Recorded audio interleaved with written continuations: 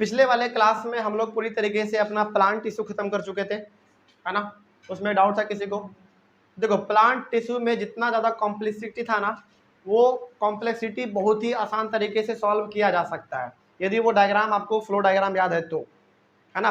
यदि जो flow diagram हम लोग बनाए थे, यदि वो माइंड में है तो कितना ही कहीं से भी सवाल पूछ दे आप बता देंगे, इस प्रकार का उसमें था।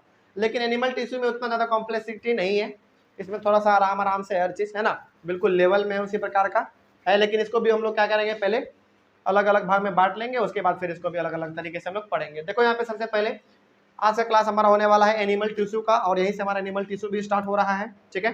तो एनिमल टिश्यू आपके क्लास में क्लास 9th में फिलहाल अभी 4 अलग अलग हिस्सों में बटा हुआ है, 4 अलग अलग हिस्सों में बटा हुआ है एनिमल टिश्यू। सबसे पहला है epithelial tissue, connective tissue, muscular tissue and nervous tissue, ठीक ना। और एक चीज और, ये एपिथेलियल टिश्यू ना, इसको कभी कभी बुक में एपिथेलियम टिश्यू भी कहा गया है, एपिथेलियल को एपिथेलियम भी कहा गया है, तो उससे आपको कंफ्यूज नहीं होना है, दोनों सेम है।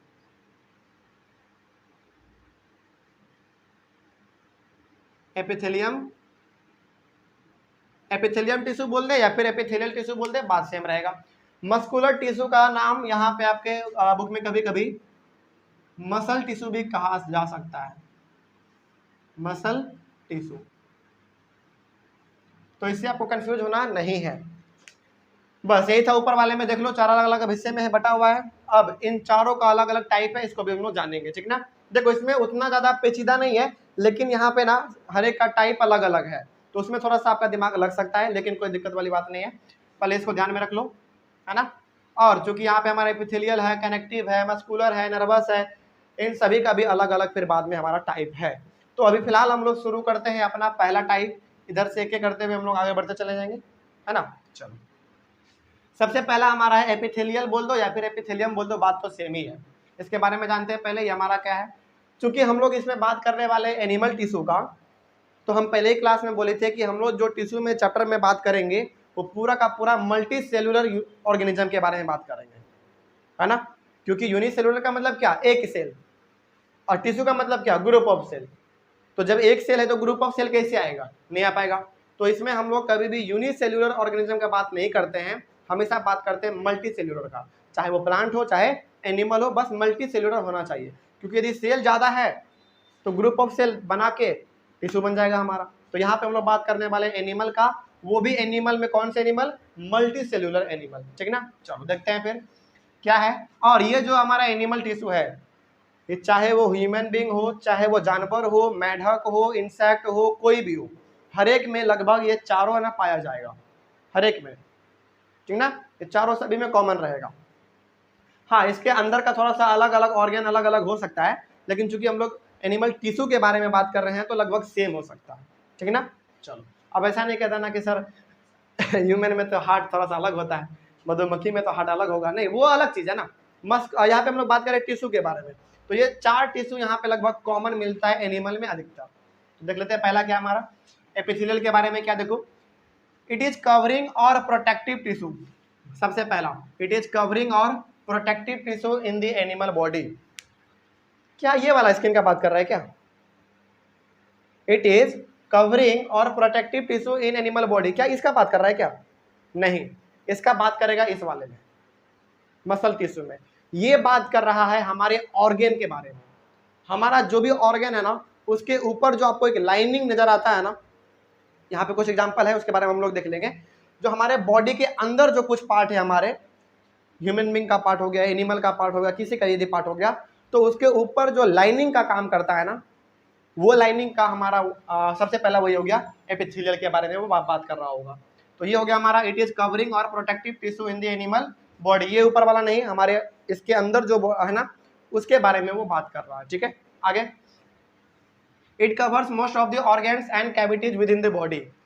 हमारे बॉडी के अंदर आपको मालूम है बहुत सारा ऑर्गन है, और ऑर्गन को जो कवर करने का काम करता है ना, वो हमारा काम करता है एपिथेलियल टिश्यू, ठीक है। अब आगे बढ़ते थोड़ा सा और, it acts like a barrier to keep different body systems separate. ये एक बैरियर का भी काम करता है।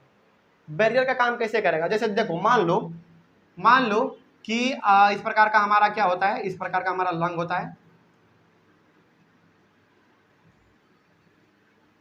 मान लो, और इधर मान लो ये हमारा छोटा सा इस प्रकार का हार्ट है, ठीक है ना।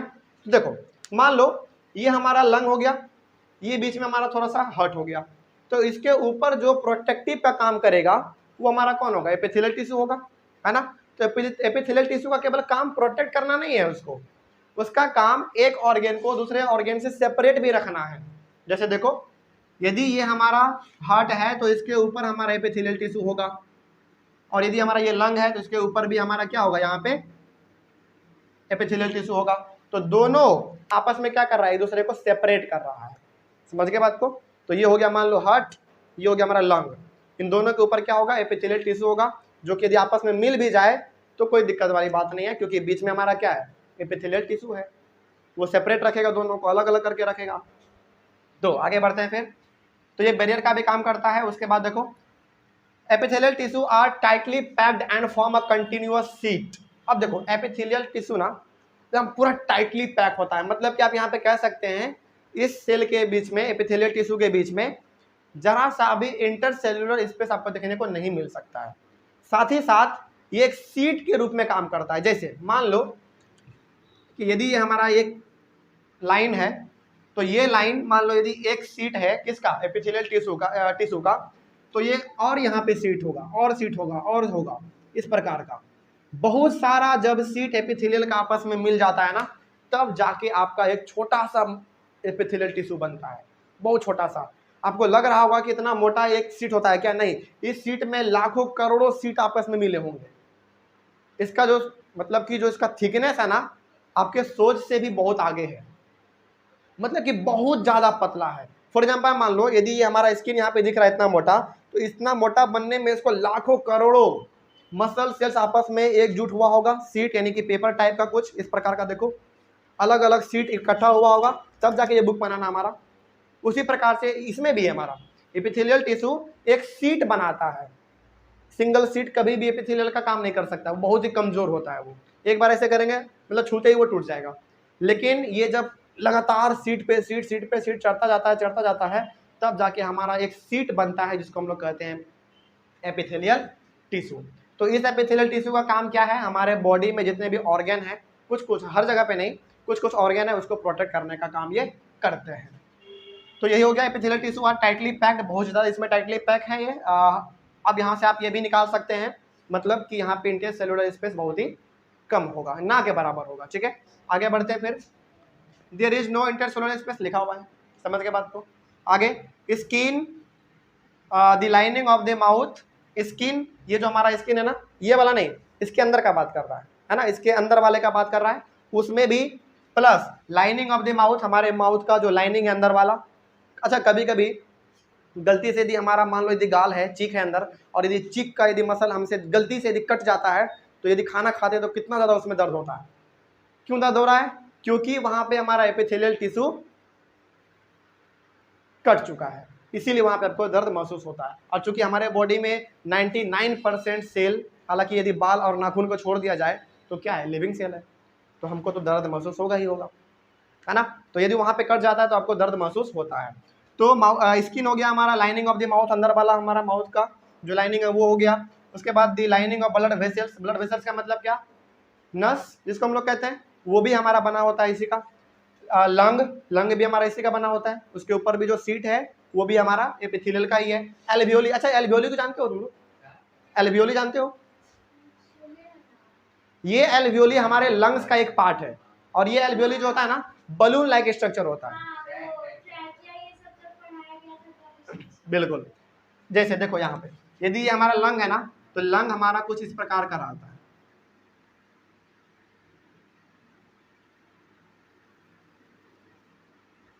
इस प्रकार का रहता है ना। और ये जो आपको बलून लाइक स्ट्रक्चर दिख रहा है ना, यही हमारा एल्वियोली है, और गैस का एक्सचेंज हमारा इसी में होता है। मतलब कि जो हम लोग ऑक्सीजन लेते हैं ना, तो सबसे पहले ऑक्सीजन हमारा लंग से होते हुए इसी में आता है, और यहाँ से ऑक्सीजन हमारा जाता है हर एक सेल के पास, और हर एक सेल के पास जाके वो ऑक्सीजन पहुँचा देता है, कार्बन डाइऑक्साइड लेके आ जाता है। मतलब कि गैस का एक्सचेंज हमारे लंग्स में यहीं पे होता है, ये हमारा एल्वियोली है। और एल्वियोली भी हमारा एपिथेलियल टिश्यू से मिलके बना हुआ है। किडनी भी, kidney are all made up of epithelial tissue, समझ के बात को।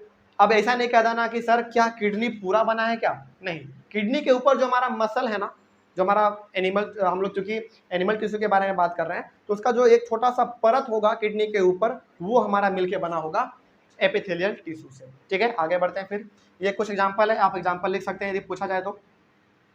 There are 4 types of epithelial tissue.